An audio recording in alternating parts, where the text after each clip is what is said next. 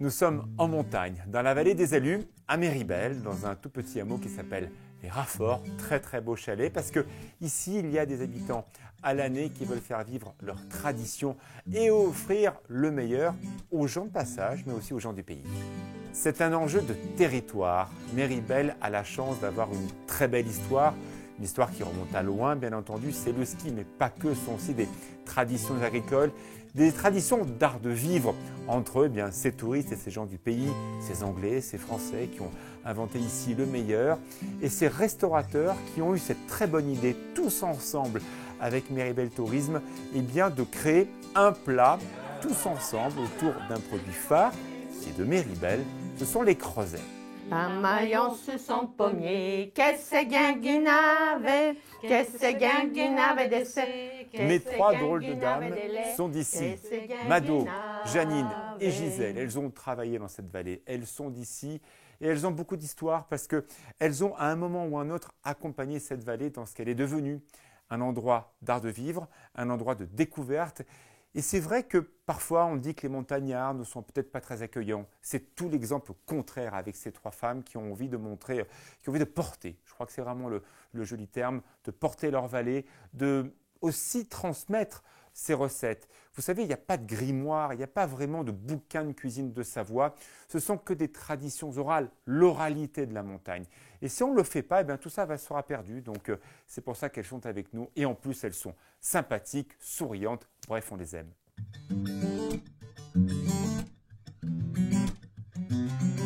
Tu nous fais les crozets, Janine? Eh oui, je fais les crozets, bien sûr. Tu mets quoi dedans? Bon, alors les crozets, il y a de la farine de blé blanche, de la farine blanche. Moitié-moitié, hein, pas loin. Hein. Pas loin. Temps pour temps? 300 g de farine blanche et 200 g de farine de sarrasin. Là, tu as bien respecté la recette de la tarentaise, où voilà. Il y a un peu plus, effectivement, de la farine noire que la farine blanche. Il y aura un côté plus noisette, hein, dans tout le à goût. fait. C'est ce que tu recherches? Oui, tout à fait. Qui c'est qui t'a appris à faire ça? Ben, mes grands-parents, c'était les pâtes qu'on mangeait à la maison, finalement. Que tu les faisais, toi, les crozets? Non, j'avoue franchement que j'en ai jamais alors c'est de la triche. J'en ai jamais trop fait, mais je les ai vus faire, effectivement. Parce On mangeait ça quand? On mangeait ça essentiellement pour les fêtes. Et puis quand on tuait le cochon, forcément. Quand on tuait le cochon par là, début décembre, dès qu'il commençait à faire froid, ben, on mangeait les crozets. C'est un plat de pays. C'est un plat, c'était nos pâtes. Le monsieur qui nous a sorti les crozets, il est tout de même originaire de notre vallée. Ah, oui. J'ai l'impression que tu es fier de ça. Hein. Oui, tout à fait. Puis en plus, c'est quelqu'un un peu de ma famille, un peu éloigné, très éloigné, parce qu'avant, on vivait en Vasco. Parle-moi de lui, monsieur Fressard. Monsieur Fressard, François Fressard. Parle-moi de lui un peu. Oui, c'est un cousin un peu éloigné de ma grand-mère, et il habitait au village du Grand Violet, là-bas dessous. Et c'est vrai que lui, il a eu l'idée de... Pour la première fois, de les faire et de les commercialiser. Voilà, de les commercialiser, parce que nous, avant, c'était chacun son petit truc de crozet. C'est ce qui explique que chacun avait sa petite recette différente. Ça fait comme l'histoire des bugnes. Chacun a sa petite différence entre les deux. Qu'est-ce que j'aime ça. Voilà. Et tu sers avec quoi tout ça? Tout ça, on peut servir, ça s'accommode avec plein de choses. Du gibier, de la viande en sauce, du bourguignon, des dieux au vin blanc. Est-ce que ça peut pas être un plat à part entière, le crozet? Pourquoi les marier avec autre chose? Déjà parce qu'il n'y a pas de viande, mais c'est vrai qu'aujourd'hui on mange beaucoup de viande, alors qu'à l'époque, finalement, on mangeait très peu de viande. Ouais. On mangeait très peu de viande. Souvent. C'est peut-être pas si mal. Oui, finalement, on les mangeait. Souvent, on sortait la saucisse, l'audio qu'on avait mis à l'huile, c'est dans la topine, et puis on passait ça au four et on mangeait avec nos crozets. Voilà, on mangeait ça avec nos crozets. Mado est une personnalité qui est une hôtelière, une restauratrice et qui a accompagné le développement de sa vallée. En plein cœur des Allues, elle avait l'hôtel peut-être un peu charismatique, un peu fort, historique de la vallée, c'est l'hôtel de la Croix-Jean-Claude. Et pendant des années, bien effectivement, lorsque la route était pas très bien dégagée dans les années 60, les touristes arrivaient ici, aucune porte n'était fermée. C'était un peu comme ça qu'on recevait à l'époque un petit refuge de montagne. Et le matin, on partageait des histoires de chênes, de voitures qui étaient un peu comme ça, perdues dans la montagne. Et c'était le premier sourire, celui de Mado quand on arrivait dans la vallée des Alus. Mais attention, elle n'est pas du tout nostalgique. Elle est totalement ancrée dans cette réalité de 2015. Elle regarde avec beaucoup de bienveillance et d'affection le développement de Méribel et l'envie de créer cette recette, ce trait d'histoire.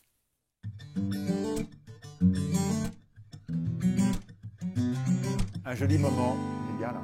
On est très bien. Paul Bocuse dit qu'il n'y a pas de grands restaurants, pas de grandes recettes s'il n'y a pas un peu de terroir. Est-ce qu'on mangeait des choses sympas dans la vallée des Alus? Ben, évidemment. Qu'est-ce qu'on mangeait alors? Ben, tout ce qui se mangeait, c'était à base d'abord de les pommes de terre, parce que quoi qu'il en soit, les pommes de terre, on avait des champs de blé, de seigle, pas de blé, et c'est avec ça qu'on faisait les creusets, on faisait nos pâtes, on fabriquait nos pâtes, et puis il y avait tout ce qui était le laitage, les fromages, et puis la viande, le cochon, le mouton, on avait tout ça, on se nourrissait sur notre territoire, uniquement sur notre territoire. On sent vraiment que c'est un élément identitaire de la vallée des Alus, oui, ces oui. creusets. En plus, ce personnage, on en a parlé un petit peu tout à l'heure avec Janine, donc ce personnage, Monsieur Fressat, c'est ça? Oui, Monsieur Fressard qui a lui-même refait les creusets avec ses mains et à la main au départ et qui les a vendus qui a commencé à les vendre aux épiceries de station et puis aux restaurateurs. Maman qui avait un petit restaurant, un petit hôtel dans le village des Alus, a relancé tout de suite les creusets. Et le creuset, ça est devenu le plat jusqu'à ce que je quitte mon restaurant il y a 10 ans. C'était le plat, c'était les creusets. Il y avait des creusets tout le temps. D'accord, donc c'est pas une fausse légende, c'est Ah pas non, du non, faux c'est terroir, c'est le vraiment creuset. d'ici. C'est le creuset, c'est d'ici. Il y en a partout ailleurs, en Tarentaise, il y en a aussi dans d'autres endroits. Mais nous, nos creusets, c'est nos creusets qui sont maintenant vendus, puisque Fressard a vendu son brevet Alpina. à Alpina. Et donc, voilà, c'est nos creusets. Et Alpina, ça reste nos creusets, ça reste notre âme. C'est nous. L'âme de ton pays, Voilà. l'âme de ta vallée. Alors c'est vrai que pendant malheureusement quelques années, il y a un peu une uniformisation de la cuisine savoyarde autour de 2 plats, peut-être un peu trop à la mode. Est-ce que tu es contente de voir que on reprend les bases de la cuisine, notamment ici avec les creusets et tous ces chefs qui ont travaillé? C'est très bien, ils ont leurs idées, c'est très bien, c'est parfait. Ils ont gardé le produit, qui est le produit de base, c'est le creuset. Ouais. Après, ils vont l'aménager comme ils ont envie de l'aménager. Ils sont tout contents parce qu'ils vont aussi faire quelque chose, eux, pour Ouais. essayer de ressembler un peu, parce que ce sont souvent des jeunes du pays, et ils vont prouver à leurs arrière-arrière-grand-mères qu'ils peuvent aussi faire des creusets à leur façon, avec leurs nouvelles recettes. Et je pense que c'est bien. C'est une démarche collective, collégiale de la part de ces chefs de Méribel. C'est un peu de la magie, hein. On imagine tout ça, ça a dû évidemment concocter des choses avec des aromatiques, des vapeurs, parfois des sueurs, parce qu'ils ont dû tous mouiller le maillot pour faire la plus belle des recettes. Cette recette, elle va rester inscrite dans l'histoire moderne de Méribel. Peut-être qu'elle fera le tour du monde. Peut-être qu'on dira, tiens, c'est le plat de Méribel qui va peut-être un peu un jour marquer la gastronomie savoyarde. Parce qu'il y a des ingrédients de base, une histoire qui raconte bien sûr celle de cette vallée et l'envie de montrer qu'il s'y se passe des choses tout au long de l'année.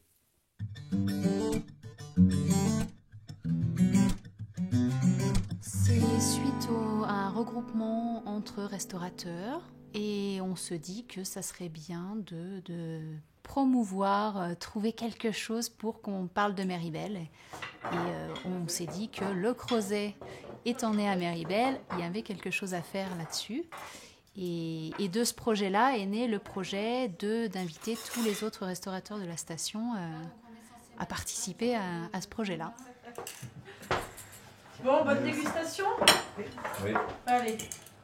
Tous les restaurateurs ont pu amener leurs idées avec des produits locaux pour pouvoir donc promouvoir ces creusets. C'est agréable de voir autre chose, de partir d'un même produit, de mettre le produit en valeur en le travaillant différemment, pas forcément avec le gratin qu'on a l'habitude de voir dans nos recettes, comme les grand-mères elles le faisaient avant.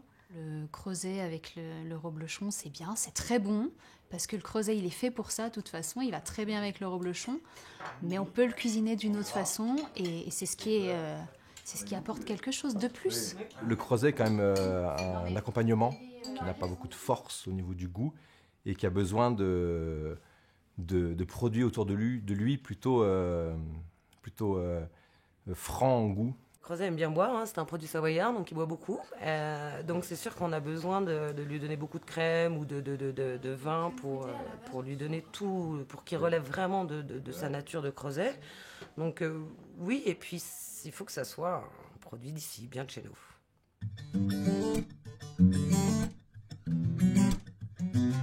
Nous, c'était le crozet sarrasin, travaillé façon risotto, avec du poireau et des cèpes, fini par des petits copeaux de Beaufort. La recette des pierres plates du refuge d'altitude, donc c'est à base d'écrevisses et de morilles. Ça, c'est pour la première recette. Et pour la deuxième recette, donc, qui est une soupe, donc c'est à base de choux, carottes, haricots rouges, cèpes et crozet. Moi, j'avais proposé une soupe façon tunisienne un petit peu, donc la jorba. Donc, comme eux, ils mettaient des petites langues d'oiseaux qu'ils appellent ça, donc ce sont des pâtes aussi. Donc je me suis dit pourquoi pas de changer justement en prenant le crozet.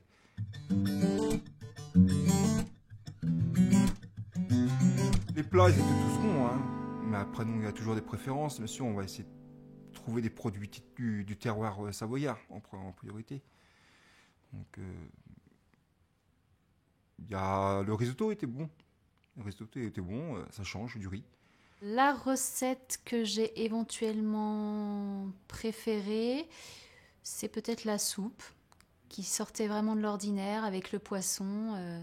Mais ça va être très très difficile de choisir parce que le risotto avec la pomme, c'est très original aussi. Et ouais, il y avait vraiment de très très bonnes idées. J'ai beaucoup aimé la recette tunisienne, parce que moi j'adore tout ce qui est épicé. Après, pour celle qui ressemblerait plus à Méribel et tout ça, je pense que c'est la soupe justement aux choux et carottes, parce que ça fait vraiment plat d'hiver. Quelque chose de bien qu'on mange chez nous quand on va à la maison en toute simplicité. Mais si on posait la question à un ancien de Méribel, il ferait « Et il est où le fromage et il est où le lard ?» Le classique gratin de crozet restera toujours parce que c'est comme un gratin dauphinois, ça c'est indémodable. On peut y rajouter ce qu'on veut dedans. C'est plus un gratin dauphinois, mais le gratin dauphinois restera ce qu'il est. Revisiter le crozet, c'est aussi un peu s'amuser. C'est ça, surtout, s'amuser entre nous. Quel bonheur pour les chefs d'avoir ce produit qui a une qualité constante. Quel bonheur de savoir qu'ils peuvent s'appuyer sur ces savoir-faire locaux. Ces petites pâtes n'ont pas changé d'un millimètre depuis la première création, celle de M. Fressard. C'était déjà il y a de nombreuses années. Et dans les années 60, les fameuses pâtes Chiron que l'on connaît dans la vallée de Chambéry sont devenues la marque Alpina. Audrey travaille pour cette marque. Elle veut bien sûr garder un trait d'union entre l'histoire et la modernité. Bien sûr que cette marque aujourd'hui veut se développer à l'international, mais je pense que Alpina veut aussi retrouver ses racines, ses fondamentaux, et c'est grâce à ces produits qu'on arrive à inventer des choses. Il y a des règles, il y a du rythme, et après, c'est la cuisine.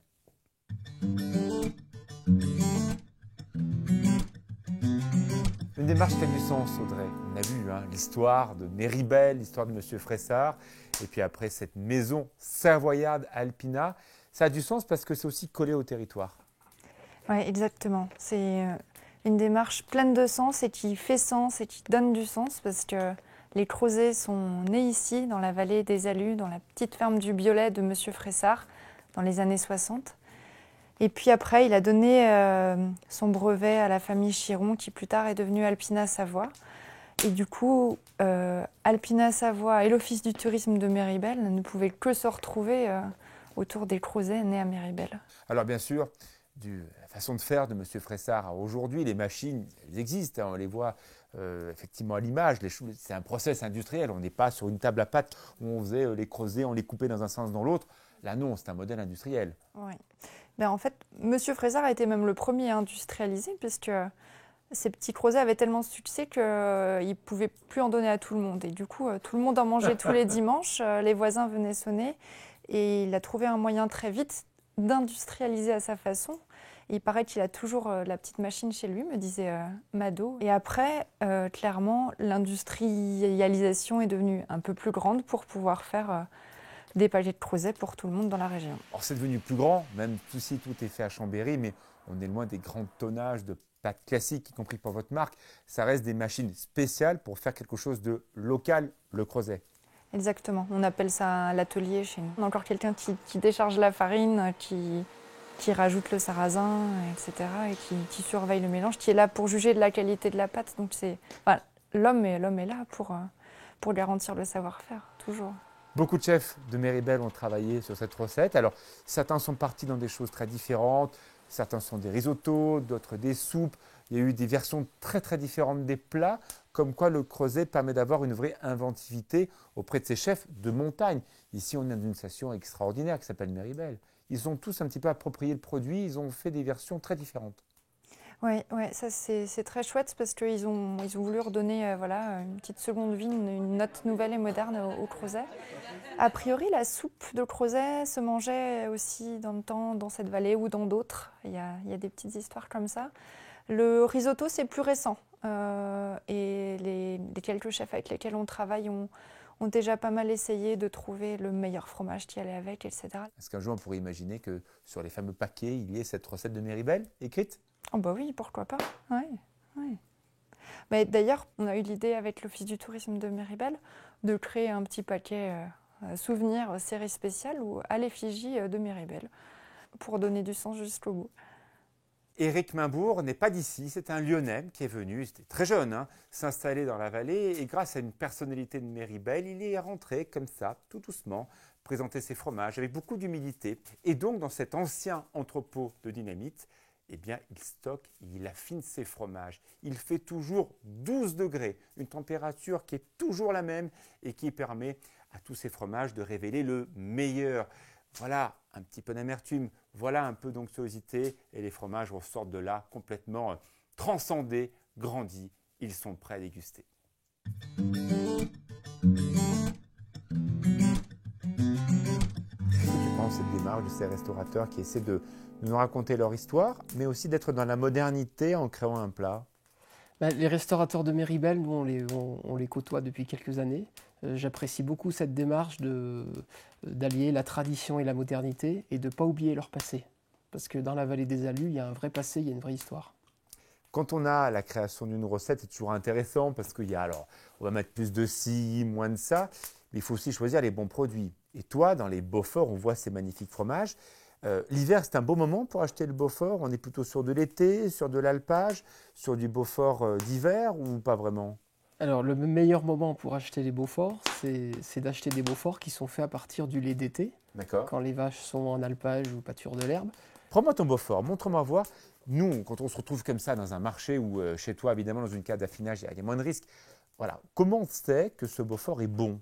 Là, c'est un Beaufort chalet d'alpage qui a 18 mois, donc qui a été fait au cours de l'été 2014. Oh là, 2014 voilà.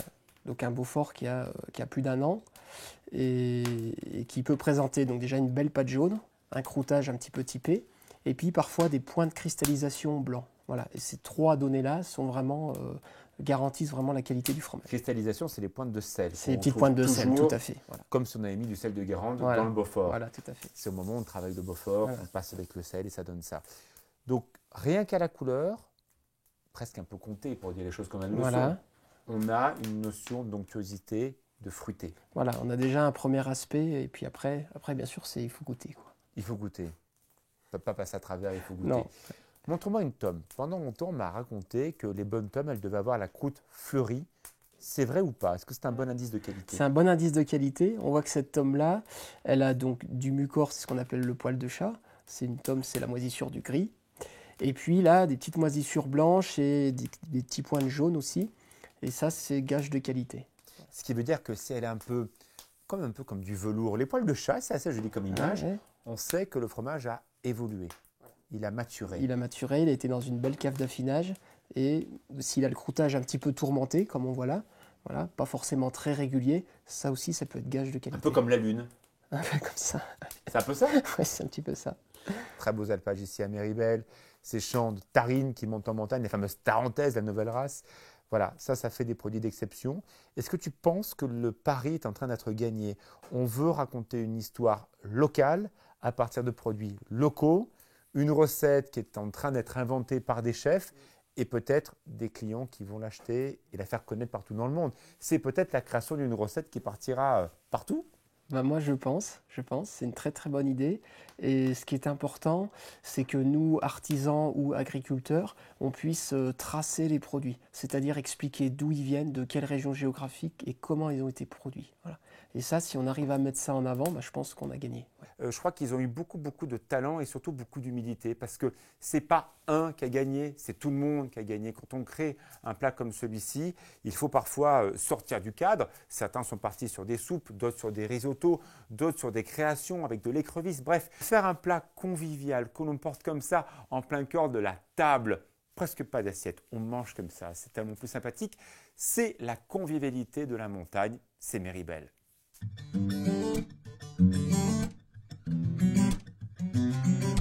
Che sembra, Igor, le crozet che nous rejoignons des cuisiniers de Merben, c'est un concocta. Mais vous t'ajoutez un aourta de biofour, hein? Ça n'est pas mal, j'aime bien le parisien quand ils ont les vacances chez nous. Ah, vous savez qu'un copain chouchou, dis donc. Ah, il y a une opinel. Ah, un copain. Tout à l'opinel, il n'y a que ça que j'ai compris à peu près, grosso modo. Un copain bien, hein? Ah, tu es généreuse, hein, dis donc. Braha. Hein? Parce qu'il va coller les culs dans un moment. Oui, il va coller. Hein? Alors, ça c'est la recette officielle qu'on va pouvoir déguster dans beaucoup de restaurants de Méribel. Dedans, je crois qu'il y a pas mal de choses, Janine. Hein. Il y a donc du bouillon, il y a du poireau. Il y a les crozets cuits dans du bouillon. Ouais. Ensuite, il y a du blanc de poiron et des cèpes. Bon, là, j'ai le comité Voilà. d'experts. Je ne vous dis pas, Tipiac à côté, c'est rien du tout. Donc, vous allez pouvoir goûter ça et de me dire ce que vous en prenez un petit peu. Va prendre peut-être une cuillère. Moi, je ne sais pas où c'est. On est dans le chalet de la famille, donc j'ose pas trop. Et puis, je reste assis. C'est les femmes qui cuisinent. Allez. Allez, cours. Allez, on va à Gocassin, s'il est bon. C'est bon, hein? Le crozet de Méribel. Qu'est-ce que vous en pensez? Très bon. Très bon. T'as goûté déjà? Ouais. Ah ouais. Non, jamais, c'est la première fois. Alors, Bravo les jeunes, vous pouvez y aller. Janine, ça ressemble à quoi? C'est très Raconte. bon. Déjà, à l'odeur. Je suis sûr que c'est un peu sucré avec le poireau. Dans non la cuisine, c'est déjà le nez d'abord. Le cèpe, Ouais. ça ressort bien le goût. Hein. Ah Ouais. ouais. C'est très bon. Ouais, très très bon. Ouais. Ils Voilà. t'ont piqué ta recette? On va pouvoir... Non, mais bon, ils l'ont fait à leur convenance, mais moi je trouve que c'est très bien. C'est très bien qu'on se lance à faire des nouveaux On choses. leur piquera volontiers leur recette pour refaire de nouveaux crozets parce que c'est très bien. Ah bah, tu vois. Une Voilà. nouveauté, c'est très bien. Donc, on mange ça. Et puis, on chante un peu? On va chanter, ouais, bien sûr. Hein? Que La tu maillon connais, sur toi? son pommier. Allez, la maillon. La maillon sur son pommier, qu'est-ce que guinguinave? La maillon sur son pommier, qu'est-ce que guinguinave? Qu'est-ce que guinguinave de ce? Qu'est-ce que guinguinave de lait? Qu'est-ce que guinguinave? Non, suivant ta passa, qu'elle la regardave. Non, suivant ta passa, qu'elle la regardave. Qu'elle la regardave de ce, qu'elle la regardave de lait, qu'elle la regardave.